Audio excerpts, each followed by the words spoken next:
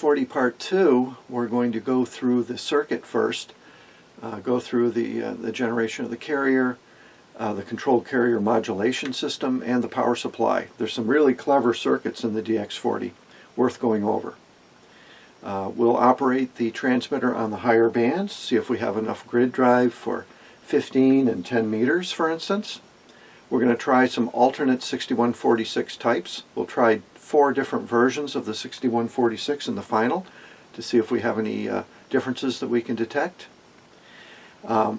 We should put together a VF1 setup, and in fact a whole station, and make a contact with the transmitter. So it's actually time to start looking at the circuit. So at first glance, looking at the schematic, we see that we have a 3-stage RF chain with 2 6CL6s and a 6146 final. The 6CL6 is basically a miniature of the 6AG7, which was one of the best keying and one of the best VFO type tubes out there. And as far as its operation with crystals, the 6AG7 was voted tops a long time ago. So you see a lot of transmitters with 6AG7s. So that 6CL6 represents a miniature version, so it's an excellent choice. And then down below we have a 12AX7, very common mic preamp, going into a dual tube of some kind, and that looks to be some type of screen modulator, and then a fairly conventional power supply. So at first glance, it looks like a pretty normal schematic. So before we get into the individual stages, I just wanted to show you what the Euro version of the DX-40 looked like. This is the DX-40 uniform. DX-40U was a Heathkit UK creation, and as you can see, it's using some different tubes. The 6CH6 is an interesting tube. It's a video amplifier tube, similar to a 12BY7 or some of the other tubes used for video amp service. It's actually got more dissipation than the 6CL6. Then they're going into a 5763, which is even higher frequency, higher power level type tube. That as a driver or buffer would be an excellent choice for a VHF transmitter. So it's going to give you all kinds of grid current. Also, I see they're using 20 meters as their coil rather than 40. That's going to mean you're going to double to get to 10 meters. So this is going to have a lot of output at the higher frequencies compared to the American version. But otherwise, it's pretty similar.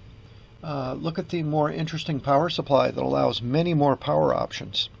This is really an interesting set and possibly a little bit better design. Well, the oscillator in the DX-40 is fairly straightforward.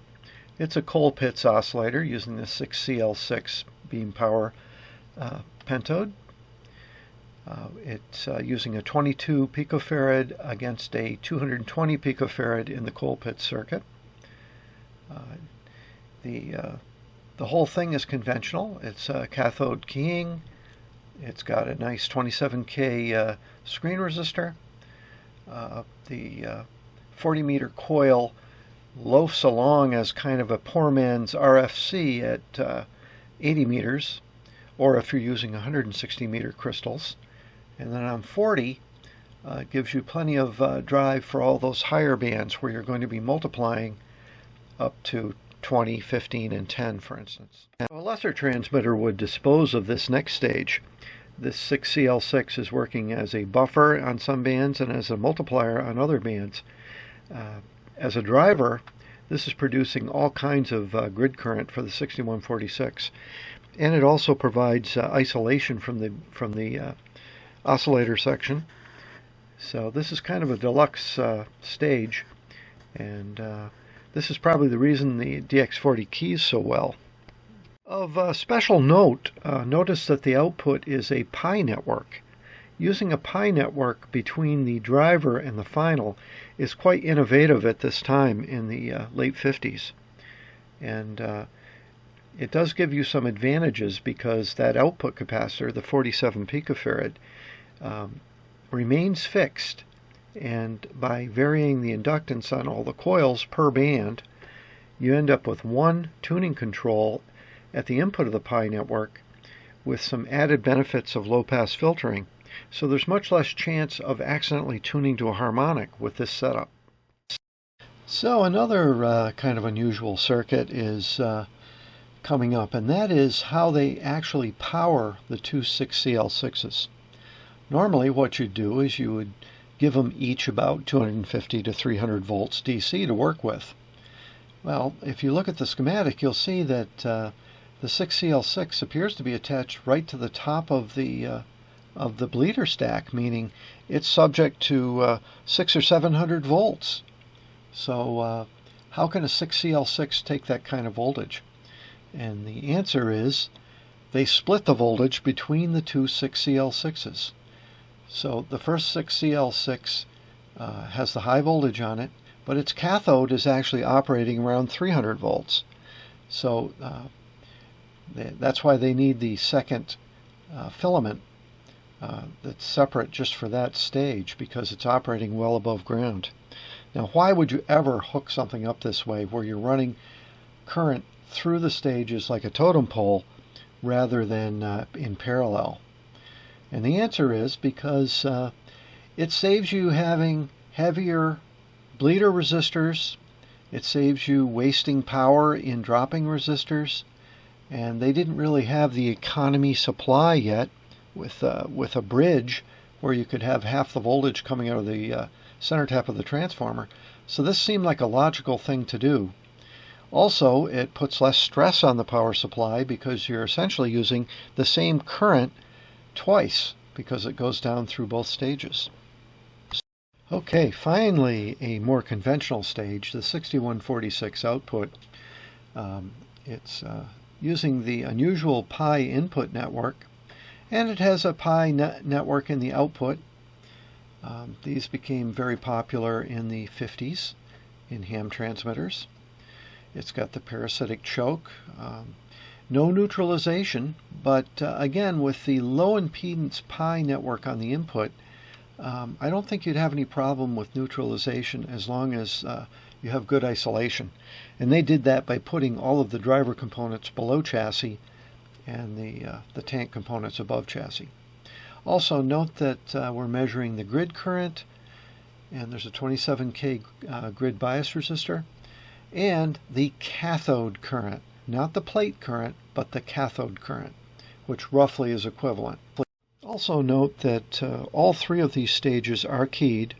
The buffer and the oscillator kind of automatically get keyed together because they're in series, and then the finals cathode gets keyed. Okay, let's talk about the power supply. This is a conventional full-wave rectifier power supply with a grounded center tap. It's a choke input supply with two capacitors that are splitting the duty between them, and there's two 20K bleeder resistors which act to equalize the voltage between the capacitors and provide a center tap for the modulator B+, which is fairly low current. They're not doing any tricks with the modulator at the low-level stages. They're just coming right off that 6.8K 2-watt resistor. We have that 6.3 winding for the 6CL6 that's floating at 300 volts. We've got a nice RF interference filter on the input. It's a dual pi network. You can see where the power goes to the keying relay right off the primary of the transformer, and that goes through that mode switch. It's another reason it blows up so often. And there's that 20K resistor up top, which sends the voltage to the accessory socket to the VFO, and as soon as the VFO is connected and begins to draw current, the voltage on the VFO side will start to settle into about 250 to 300 volts. I do suggest that we add a fuse on the hot side of the line. Usually that's a black or a brown lead, depending on if you're talking American 3-wire or European 3-wire. So let's talk a little bit about the screen grid modulator and the DX-40. With conventional screen grid modulation, the voltage that's supplied to the screen remains fairly constant from a DC standpoint. In other words, whether you're imparting audio onto the grid or not, as soon as you stop talking, there is full DC on the screen, and your carrier will be at maximum. As you impart audio onto the screen will go up and down instantaneously, and you will get modulation. With controlled carrier, things are a little bit different. We set the resting voltage and current in a critical place so that the transmitter puts out less power when you're not speaking. In other words, when you stop speaking, your output power is not a dead carrier at full power like it is with conventional screen or conventional plate modulation. We set it so that it's possibly at 50%. And of course, as you talk, we want that DC level to go up. We also want the audio to make the carrier go up. So it's kind of a control loop problem. You have to make the DC go up as well as respond to the audio effectively. Now at the other end, this can be a problem because that dead carrier is kind of like the demodulation BFO in your receiver. That's why you don't need a BFO for AM. The demodulation BFO comes along with the signal. It's called the dead carrier. But with controlled carrier modulation, now that AM signal might just start to sound like a sideband signal, and you'll have to turn your BFO on and zero beat him. The other problem you can have with controlled carrier modulation is that it might mess with your AGC, because just like a sideband signal, the AM carrier is shifting along with the modulation.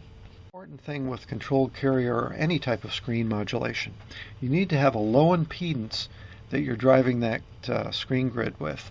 And they do that by using a cathode follower in the modulator. So we're actually coming off the cathode of the second section of the 6DE7, which is operating as both a DC and an AC audio amplifier. So I've got a little assortment of different 6146 tubes. I've got a 6146A, I've got a 6146, and I've got a 6146B, and I've got some other different commercial and military variants. This is a 6146A on 40 meters, and it's doing just about 50 watts out. So that's actually a little bit better than the 6146B, which I think was a little bit soft. But I would say if you're getting between 45 and 50 watts out on 40 meters, I think that's what we're talking about with this transmitter. So that was the 6146 Alpha. Now I've got a 6146 straight, just the original tube that was meant to work with the transmitter back in the late 50s. And you know what? It's putting out 45 or 50 watts as well. Plenty of grid drive.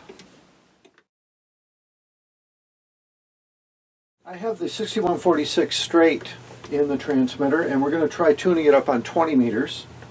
So again, we go to phone position and give a little bit of grid drive. Okay, and then you can look for the resonance actually in the grid position. You'll see it wiggle. There we go. Now we bring it up. Yeah, if you tune it up in phone and then go to CW, you'll find the meter will peg. That's not a good thing. So once you get some power showing, go over to CW. Looks about right. Here's the grid. Bring that back up. So we're doing, oh yeah, we're doing quite well. Matter of fact, I'm going to say it's just as good as 40, maybe a little bit better. Almost 50 watts out on 20 meters. Okay, so now let's try 15. Also notice that it seems to resonate up around 85. Okay, next band, 15 meters. And I'm using a 40 meter rock, of course. And we're going to be tripling to 15 meters. So we're starting in the phone and get the grid set for 2. Okay, then vary the plate till you get resonance. Okay, it's also way up towards the top, around 95. Into the plate position, confirm the dip, start bringing up the loading. Okay, now switch over to CW. check the grid again, bring it back up, bring up the loading more, dip it, grid is still good, bring up the loading more, dip it, that's about it right there. Almost identical, over 45 watts out on 15 meters, no problem. In 10 meters we are quadrupling the 40 meter crystal. Go to grid. Okay, we're having a little more problems getting grid drive on this frequency. Find resonance. Okay, it's right there. Go to plate. It's a pretty sharp dip. Again around 95. Start bringing it up. Okay, now we go to CW. Check the grid again. Okay, we're starting to get enough grid drive now. This looks great. This straight 6146 tube's doing a good job. And wow, it's just about it too. So it's got enough grid drive for 10. And we have a little over 40 watts out. Yep. Okay. A little over 40 watts, about 43 watts out. So I'm impressed. The 6146 straight is doing a good job on 10 meters. This drive control is quite odd. Basically what you're doing is tuning and untuning the driver grid on the final.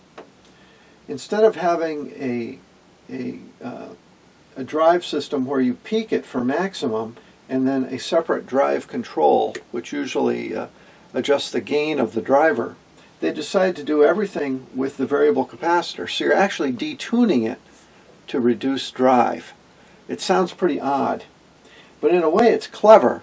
It gets rid of one control, and it also encourages the transmitter to not feed back on itself.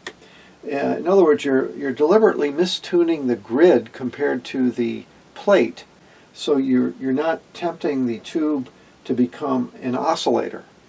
So they didn't put any form of neutralization in the transmitter. So that's a very clever way of solving a couple problems at once. There is no neutralization built into the transmitter, so why don't we detune the grid to adjust the drive? That's very clever. So as we look at the controls in the 10 meter fully loaded position, you'll see that we're using a little bit less than half of the loading and very little of the tuning capacitor. So that's the 10 meter settings.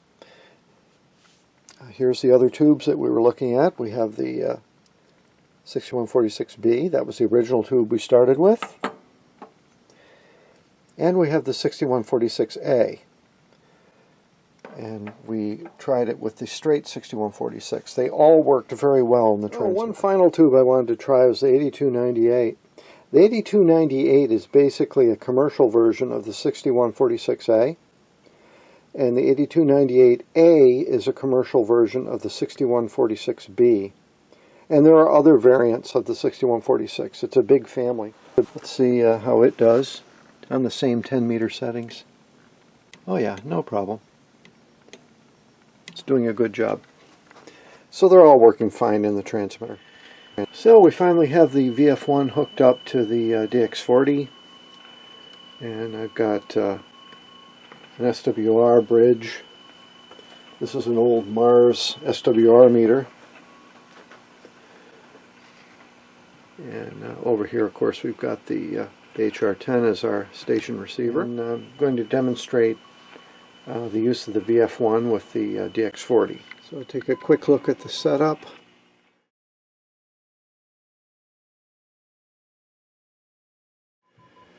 We've got the receiver over here connected to the receive side of the Dow key relay, and the other side of the Dow key relay is going to the DX-40's output. You remember we had a crystal type connection from the VF1, and I have an adapter that takes that to the phono input connector. Here's our octal plug, which drives the Dow key relay and also controls the VF1. We'll start in crystal control, and the switch on the back of the DX-40 is set for a crystal. The VF1 is warming up, it's in standby mode, and we're on band 1. So we'll go to tune.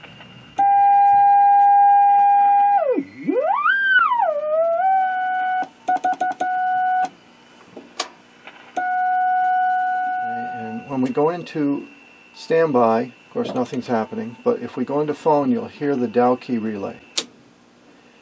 The receiver is still on, but the relay has switched the antenna over to the DX-40.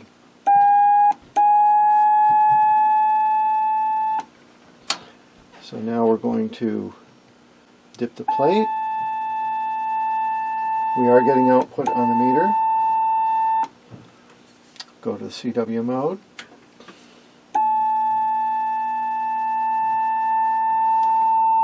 Check our SWR. About 1.5 to 1. That's good enough.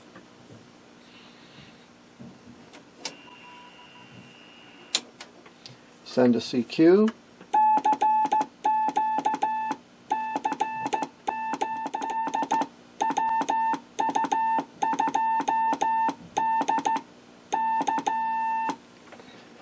Back to standby, and the receiver's live.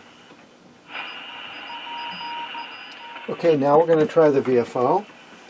So I go to the back of the rig and switch it to the VFO input. Now I turn the VFO on and put it in the tune mode. Now when we close the key, the VFO will actually be sending power, and you can see we already have current. So let's see if we can find our frequency.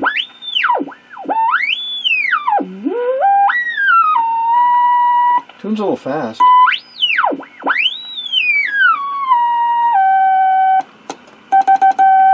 Okay, plenty of grid current. So then we do the same thing we did before. We go to phone. It mutes the receiver. Getting output power. Okay, go all the way to CW.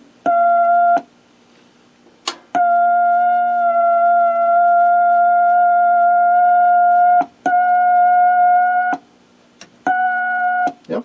So here on 80 meters, let's say we want to send a CQ with the VFO. We go to a clear frequency, put it in the tune mode, the on mode with the VFO.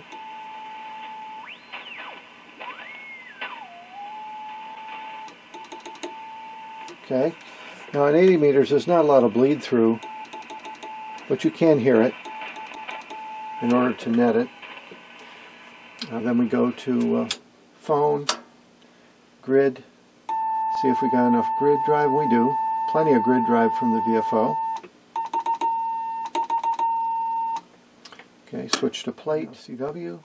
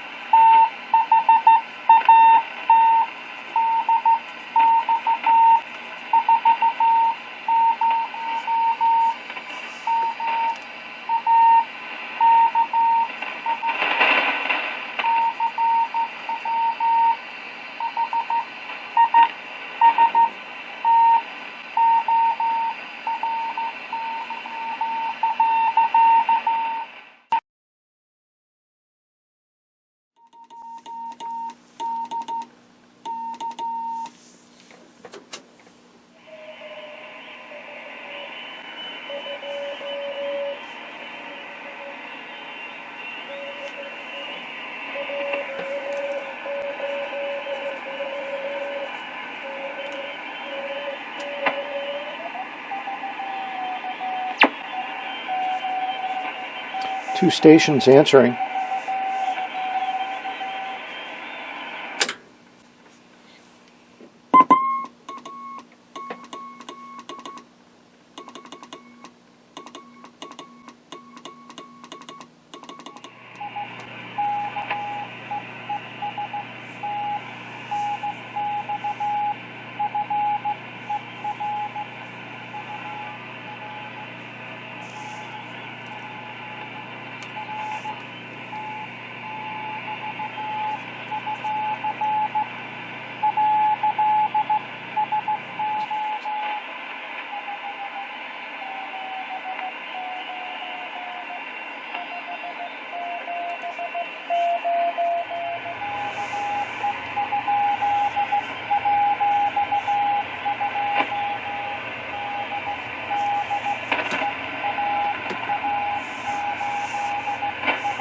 .40's a little weak tonight. It's about 8 o'clock at night.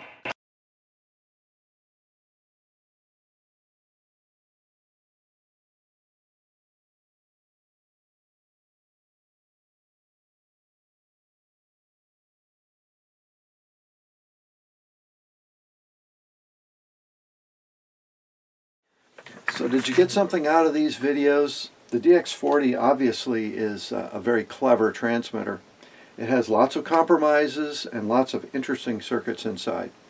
I hope you enjoyed this little series on the DX-40 and are able to put yours on the air, hopefully without any modifications at all. A successful transmitter just the way Heathkit designed it.